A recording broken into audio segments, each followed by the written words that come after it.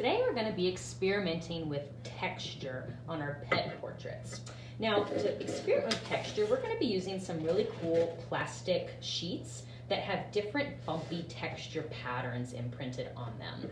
Now, you may have used these before, but in case you haven't, what you do is you place a piece of paper on top of the texture plate, and then you use a peeled crayon on its side to rub over the plate to pick up that texture. Now, when you're doing this, make sure that your papers don't rub around on top of the texture plate, because if they do, it's going to mess up your pattern and it will get kind of a messy look to it. So you have to really make sure that you hold your paper in place as you do your rubbing. Now, in order to use these with our pet portraits, you have to first have your pet portrait colored with marker using that nice, neat, straight line coloring technique that we talked about before. Now, when we do our colors, we're not going to be choosing just any color choices. We're going to be using analogous colors. Now, analogous colors are colors that are close to each other on the color wheel. So I could do with this portrait, since I've already chosen yellow, I could choose any other two colors that are next to yellow. So I could choose yellow orange or yellow green. I actually think I'm going to do yellow, yellow green, and green, because those three colors are next to each other on the color wheel. They're not across, they're neighbors, so they're analogous. So I'm going to go ahead and select a few colors that will work. I could use green, I can use green metallic crayon, make a few selections. Got my metallic green, fluorescent yellow, so all kind of the greens and yellow greens here. Now I'm going to start by adding a background texture using the texture plate.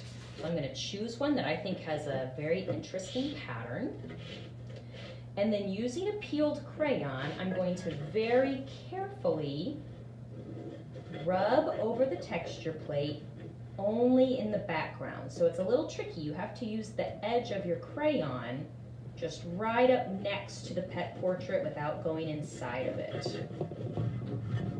I actually thought this would be tricky the first time that I tried it, but it's not too tricky at all. Just rub right next to it. And the whole time I'm being careful not to wiggle my paper on top of the texture plate.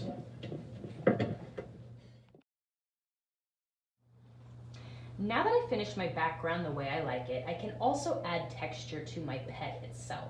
So I've picked a different texture plate, and I've decided that this white area of my pet maybe looks a little too blank. So I'm going to very carefully, using my same color scheme, add a little bit of texture in this area.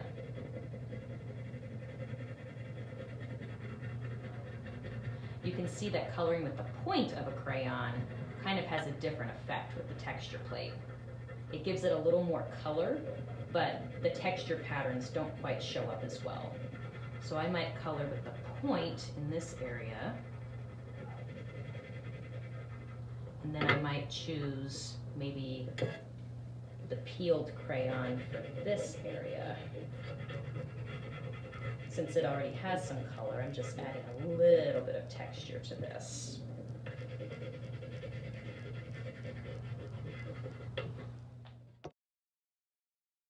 Now, for the last step is the only time I'm going to break away from my analogous color scheme. Everyone has the choice to use black on each portrait in order to add some shadows. So I'm actually going to look at my real photograph and see where my animal has shadows, such as maybe under the chin, maybe under the ears, and I can use this little black crayon along with the texture plate to add a little bit of dimension to my portrait, because if I add some shadows, it's really going to look real. So I'm going to just rub in a little bit of a black textured shadow under the chin, under the ears,